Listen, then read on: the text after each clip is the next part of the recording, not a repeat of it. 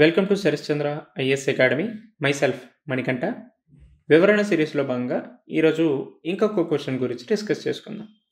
In a crucial domain like the public health care system, the Indian state should play a vital role to contain the adverse impact of marketisation of the system.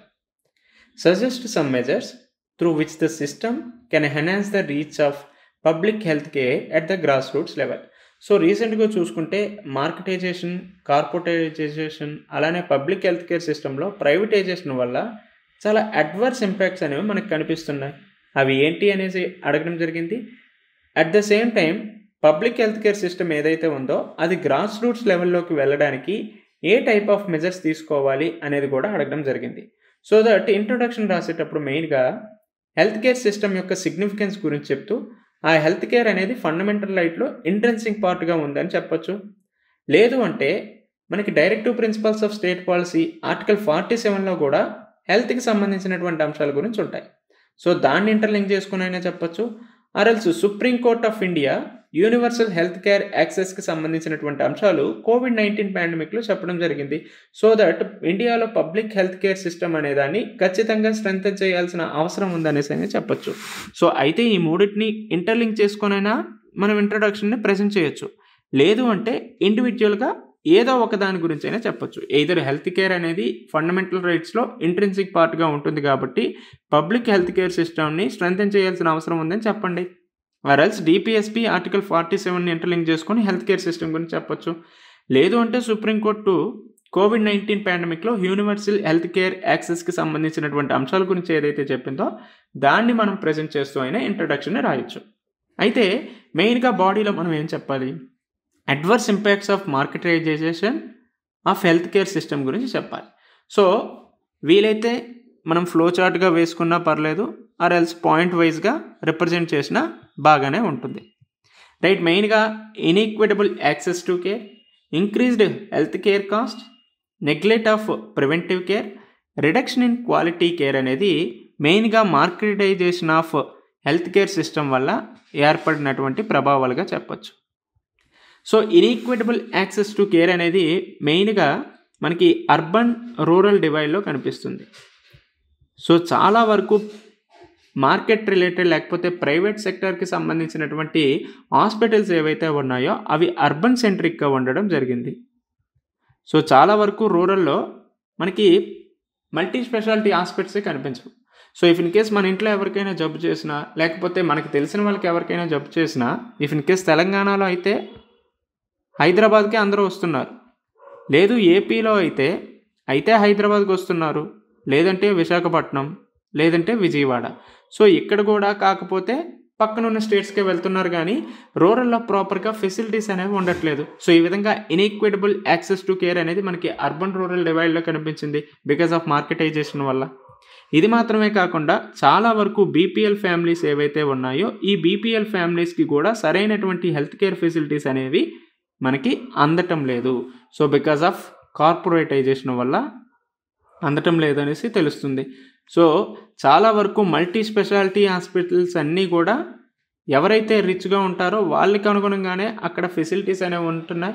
At the same time cost కూడా అక్కడ వాళ్ళు మాత్రమే bear చేయగలరు, BPL families ఎవరు కూడా bear చేయలేరు.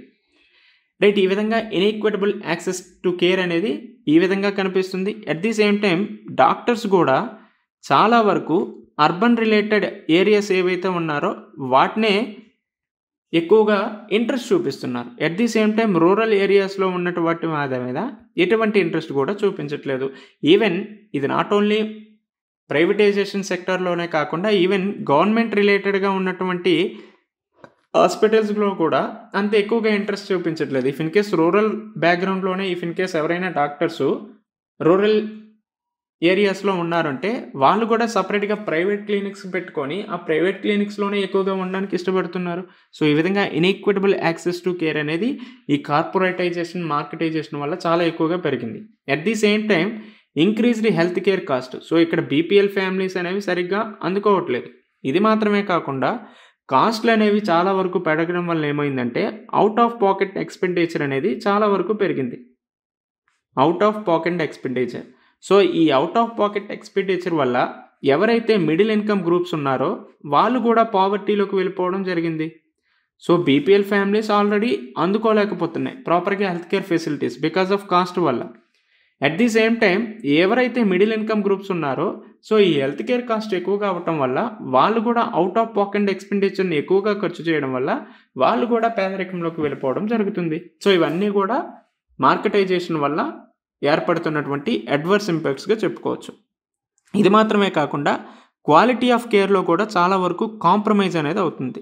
So మేజర్గా వీళ్ళు ప్రాఫిట్ ఓరియంటేషన్గా ఉండటం వల్ల ఈ క్వాలిటీ ఆఫ్ కేర్లో మనకి రిడక్షన్ అనేది కనిపించడానికి స్కోప్ ఉంటుంది.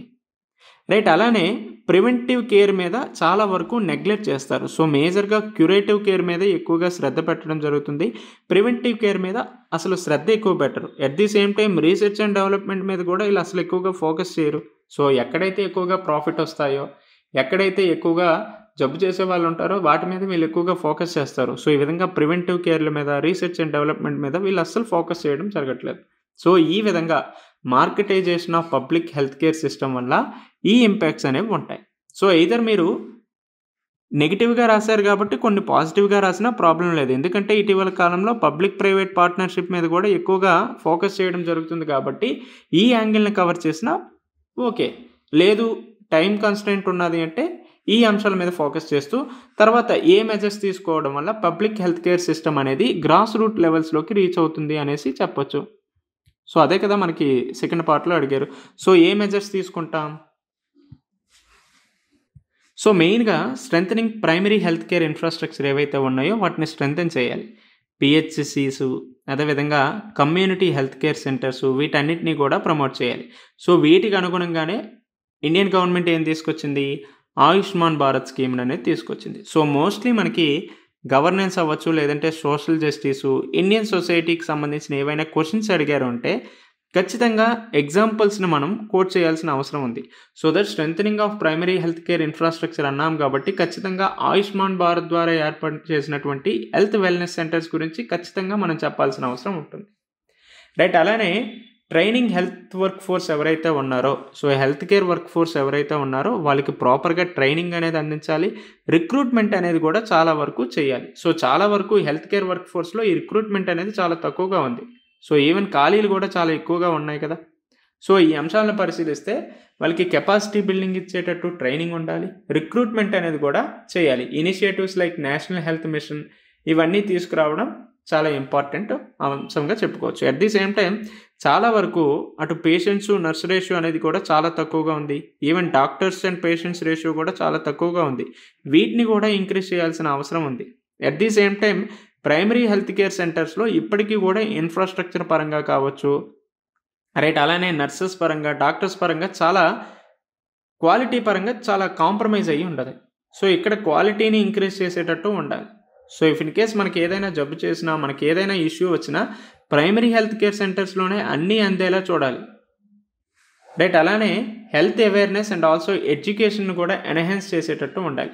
సో మెయిన్గా మనకి స్వచ్ఛ భారత్ అభియాన్ ఇటువంటి వాటి వల్ల అటు health awareness and also health related education కూడా ఎన్హాన్స్ చేయాలి. సో మేజర్గా అటు శానిటేషన్ పరంగా అవ్వచ్చు, రైట్, అలానే క్లీన్లీనెస్ ఇటువంటి వాటి మీద ఖచ్చితంగా అవేర్నెస్ క్యాంపెయిన్స్ అనేవి అందించాలి. ఎప్పుడైతే మనం పరిశుభ్రత, పారిశుద్ధ్యాన్ని పాటిస్తామో అప్పుడు ఖచ్చితంగా హెల్త్ ఇంపాక్ట్స్ అనేవి చాలా తక్కువగా ఉంటాయి.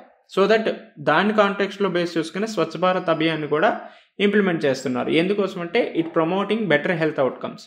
రైట్, అలానే స్ట్రెంథనింగ్ హెల్త్ ఫైనాన్సింగ్. సో మేజర్గా మనకి జీడిపిలో చాలా తక్కువ మొత్తంలో హెల్త్ సెక్టర్ మీద చాలా తక్కువగా కాంట్రిబ్యూట్ చేయడం జరుగుతుంది. సో దీన్ని యాజ్ ఎర్లీ యాజ్ పాసిబుల్ ఎక్కువగా పెంచాల్సిన అవసరం ఉంది. అట్లీస్ట్ 6% కైనా ఇంక్రీజ్ చేయాల్సిన అవసరం ఉంది. ఇలా ఇంక్రీజ్ చేసినప్పుడే యూనివర్సల్ హెల్త్ కవరేజ్ అనేది అందడం జరుగుతుంది. సో మోస్ట్లీ మన ఇండియాలో చాలా వరకు హెల్త్ ఇన్సూరెన్స్ అనేది లేదు, లైఫ్ ఇన్సూరెన్స్ అనేది లేదు. సో ఈ ఇన్సూరెన్స్ పరమైనటువంటి అంశాల మీద కూడా సరైనటువంటి అవగాహన అందించాలి.